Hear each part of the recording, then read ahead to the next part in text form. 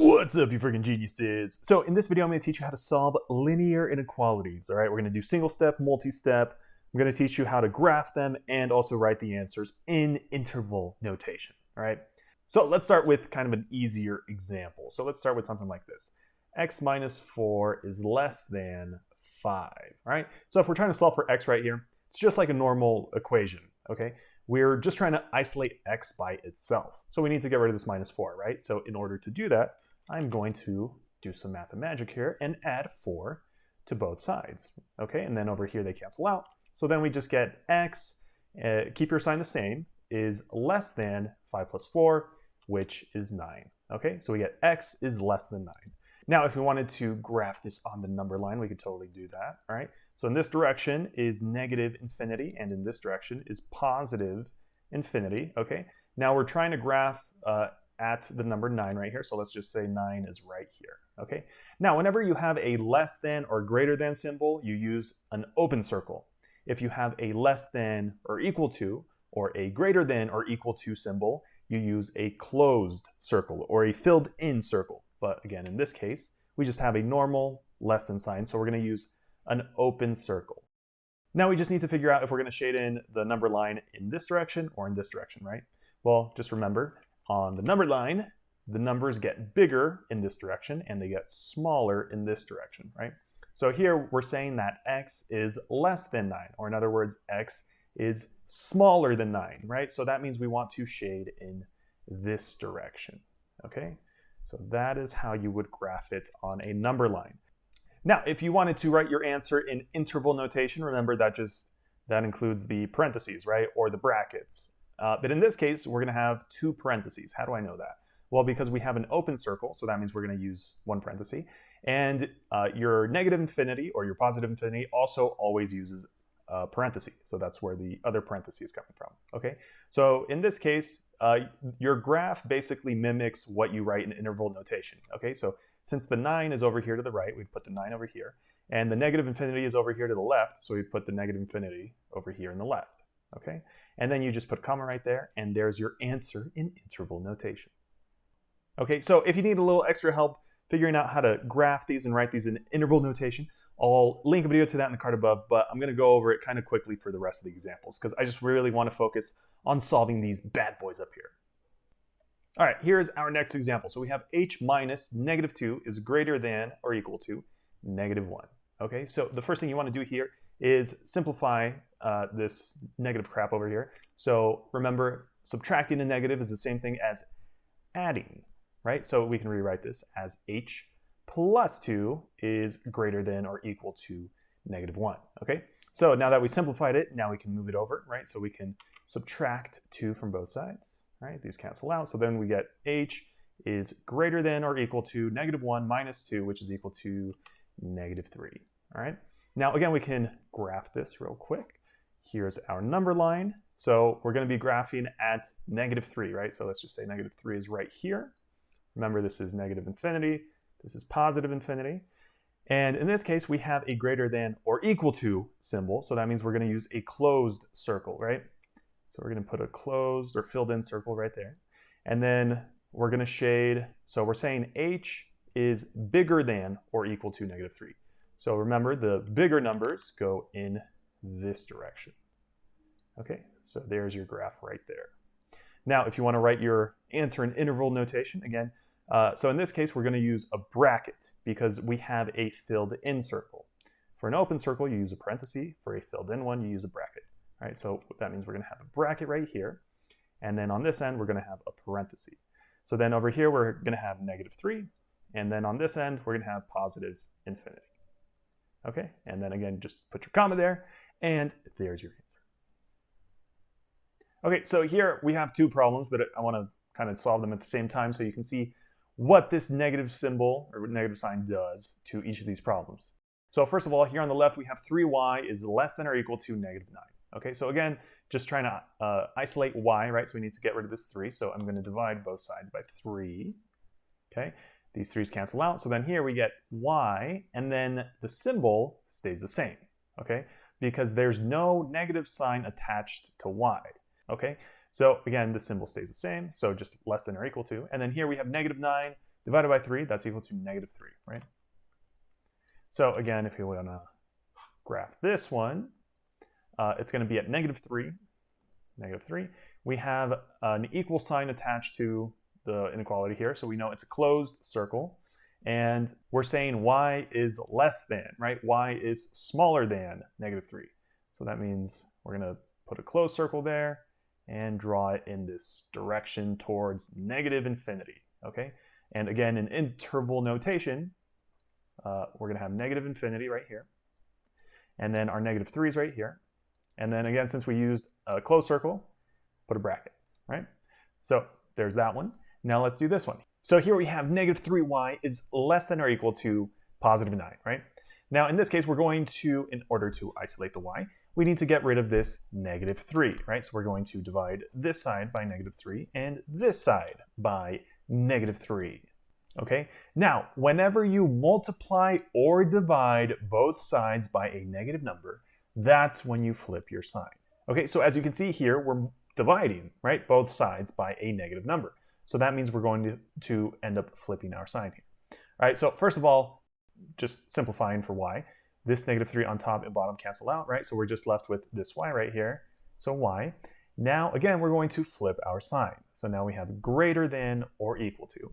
And 9 divided by negative 3 is equal to negative 3, right? So here we have y is greater than or equal to negative 3, right? Now, if we want to graph this, we can definitely do that. Right, so we're graphing it at negative 3, right?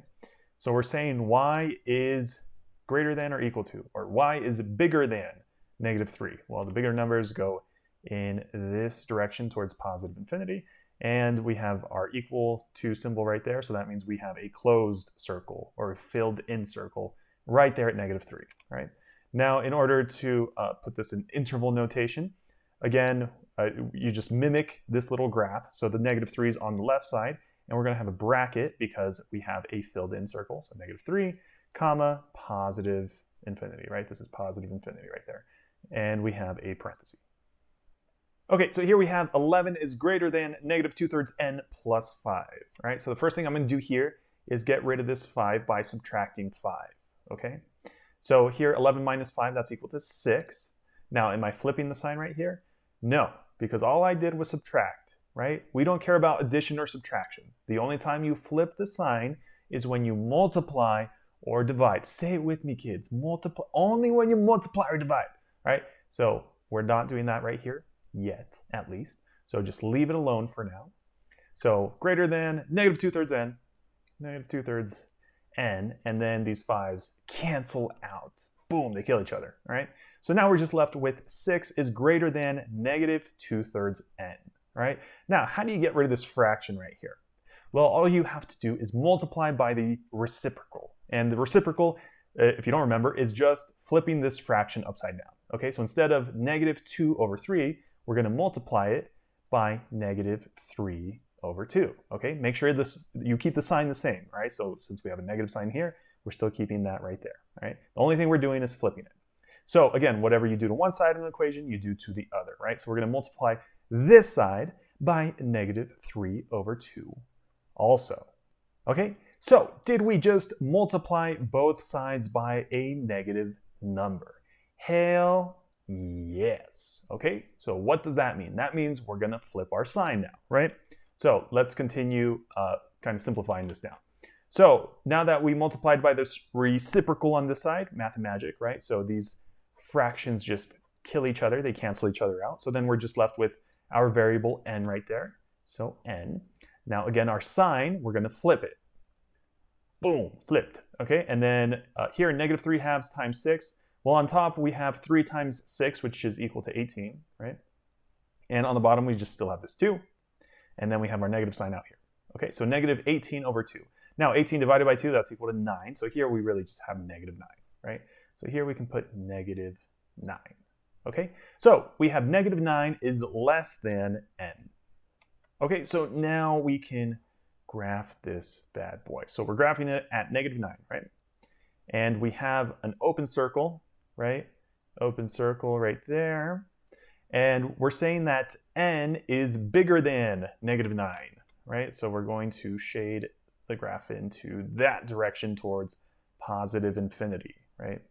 So there's your graph. And then in interval notation, well, open circle, so parenthesis, right? And then we have -9, comma, positive infinity, close parenthesis. All right, here's another one. So x over -5 is less than or equal to positive 10, all right? Now, in order to isolate the x over here, we need to get rid of this -5, right? So that means we have to multiply both sides by -5 in order to get rid of this -5, all right? So I'm going to multiply the top over here by -5 and multiply the top over here by -5, right? So then over here, these cancel out, and then we're left with just this x on top, right? So x. Now, what did we do here? We multiplied both sides by a negative number, right? So what does that mean we do with this adorable inequality symbol right here? We're going to flip that b right there, just like that, okay? And then here we have 10 times -5, which is equal to -50. Okay, now we can graph this. Boom, boom. We have x is bigger than or equal to -50, right? So we're going to say -50 is right here. And the bigger numbers go in this direction, okay? And we have a closed circle, right, because we have our equal to symbol. So in interval notation, this would be a bracket, right, closed circle. So -50, comma, positive infinity, parenthesis. Whew, I hope you're hanging in there. Last problem. So here we have 18 is less than 3 times, in parentheses, b minus 4. Okay, so you might be tempted to, right off the bat, just take this 3 and distribute it into these parentheses. But in this case, it'd actually be easier to divide this side by 3. And what we do to one side, we do to the other, right? So we're going to divide both sides by 3 because, as you can see, 3 divides evenly into 18. So this will work out nicely for us right here. All right, so then these 3's cancel out, and then we're just left with b minus 4 on this side, right? B minus 4, and then we have our symbol right there, and then 18 divided by 3 is equal to 6. All right, so we get 6 is less than b minus 4. All right, so this became a lot easier to solve, so here we're just going to add 4 to both sides, right? These cancel out, so then we get b is greater than 6 plus 4, which is 10.